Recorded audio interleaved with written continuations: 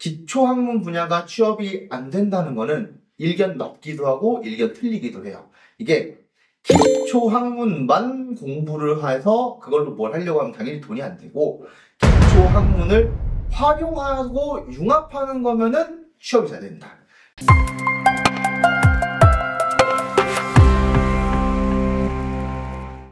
안녕하세요. 입시의 신개념 대치학풀론 박세준 소장입니다. 오늘 다루려고 하는 주제는 좀 민감하게 들릴 수도 있는 주제인데, 요즘에 AI 학과랑 첨단학과 이런 거 인기가 많이 있고 새로 생기고 있는 학교들도 많이 있잖아요. 그래서 많은 분들이 궁금해하시는 내용이자 좀 민감할 수 있는, 앞으로 5년, 10년 혹은 그 이후인 20년 이상까지도 전도유망한 학과 과연 어디인가에 대해서 이야기를 나눠보려고 합니다. 요즘에 그런 학과들이 많이 있다 보니까 학생 학부모님들이 좀 미래에 더 잘 되고 돈도 많이 벌고 좀 워라밸도 좋고 이런 부분들을 많이 생각하면서 어느 학과가 전망이 좋은가요? 라면서 상담 때 많이들 물어보시고 그런 학과들을 목표로 좀 잡으려고 하는 경우도 많이 있어요. 근데 이제 이런 부분들을 좀 고민을 많이 해봐야 되는 내용들이 좀 될 것 같은데, 피디님이 생각하실 때 AI, 인공지능 이런 학과들 언제까지 인기가 많을 거라고 보세요? 앞으로 계속 인기가 있지 않을까요? 앞으로 계속 인기가 있을 것이다. 네, 그것도 맞죠. 근데 이 AI 관련된 학과들이 앞으로도 계속해서 좋을 것인가에 대한 거는 조금은 생각을 좀 다르게 해보긴 해야 됩니다. 예를 들면 이런 거예요. 우리가 2008년, 9년, 2010년 이때까지만 해도 제2외국어, 중국어나 러시아어 같은 제2외국어 계통들이 인기가 되게 많았어요. 이 학과들이 이제 앞으로 미래 전망이 밝고 굉장히 많이 쓰일 것이다, 이런 이야기를 했는데, 지금은 어떻죠? 문과에서 좀 비인기 학과가 됐잖아요. 비주류 학과가 되고 인기가 없다 보니까 인기가 그것도 좀 낮은 대표적인 학과이기도 합니다. 근데 그 당시에 2008년, 9년 이때쯤에 컴퓨터공학과 이런 쪽들은 어땠죠? 근데 게임만 막 하고 놀기만 하고 이런 이미지들이 있다 보니까, 야, 너 컴퓨터 쪽 공부하면 너 그냥 게임하면서 노는 거 아니야? 이런 좀 부정적인 시선들도 많이 있었는데, 요즘엔 어때요? 문과 출신들도 개발자 하고 싶어서 난리잖아요. 이런 식으로 시대가 계속해서 변하거든요.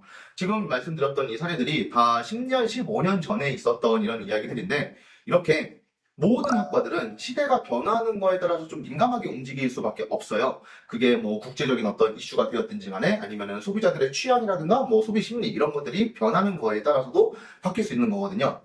근데 그러다 보니까 이러한 변화에서 그러면 소장님 인공지능 이런 것들도 결국에는 그럼 도태되는 거 아니냐, 나중에 바뀔 수도 있는 거 아니냐, 이렇게 질문을 하시면서 그럼 대체 유망한 학과가 어디냐라고 많이들 물어보시는데, 제가 맨날 강조드리는 게 있어요.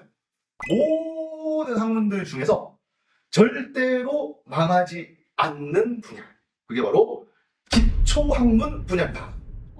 소장님, 제일 취업 안 되는 분야가 기초학문 아닌가요?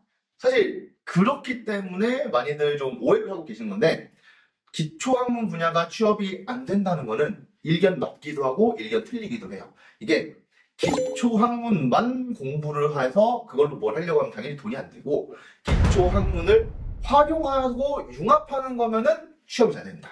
어떤 거냐면 예를 좀 들어볼게요. 심리학 같은 경우가 이제 대표적인 기초학문 분야잖아요. 심리학이 요즘에 핫한 AI랑 융합이 된다면 정서 인식 AI 같은 것들이 활용이 될 수도 있고, 인지 심리 실험 분석에서 데이터 과학이 들어가서 환자들의 아니면은 사람들의 심리 실험 데이터들을 AI로 해석할 수도 있는 거죠. 인문학 같은 경우도 마찬가지인데, AI랑 인문학을 융합을 하게 되면은 예를 들면 고전 유물이라든가, 아니면은 우리가 눈으로 직접 보지 못하는 높은 곳에 있는 그런 어떤 유적지 이런 것들을 VR, AR을 활용해가지고 교육에 활용할 수도 있어요. 그리고 문화, 언어가 다른 사람들하고 소통할 수 있게끔 각각 문화의 공통점 같은 것들, 그게 개개인 간의 공통점으로도 이어질 수 있게끔 공학이랑 인문학이 융합되어서 상호작용에 도움을 줄 수 있는 형태로 발전할 수도 있거든요. 그리고 자연과학이랑 보건계통 같은 경우에도 AI 진단 보조를 통해서 간호사분들이 진료를 보조하거나 환자 상태를 미래를 예측을 한다거나 하면서 도움을 줄 수도 있고, 환자 모니터링 시스템도 지금 많이 하고 있잖아요. 실시간으로 바이탈 사인을 분석을 한다거나 이런 것들도 포함되고요. 화학 같은 경우에도 합성 과정에서 AI 알고리즘을 활용하면은 최적의 반응 조건들을 찾아낼 수 있기 때문에, 그러한 반응 조건을 찾아 나가는 그 과정들을 좀 단축시키고 훨씬 더 효율적으로 움직일 수가 있어요. 천문학이나 기후 이런 데서 데이터랑 AI 활용하는 건 당연히 더 많이 활용이 될 거고요. 이렇게 기초학문들이 진짜 여러 방면으로 뻗어나갈 수 있는 기회를 많이 가질 수 있는 학문이에요.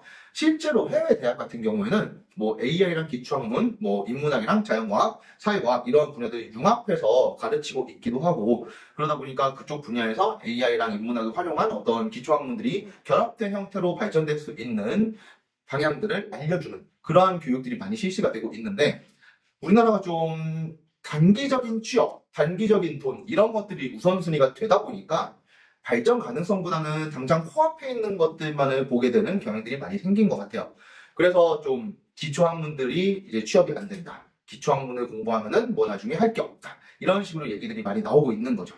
근데 이게 결과적으로 어떤 시대가 오든지 간에 살아남을 수 있는 분야는 결국에는 기초학문입니다. 그게 인문학이 됐든 사회과학이 됐든 자연과학이 됐든 그러한 기초학문 분야가 미래 전망이 더 좋다고 볼 수 있어요. 근데 여기서 주의할 점 기초학문만 공부하는 게 아니고요.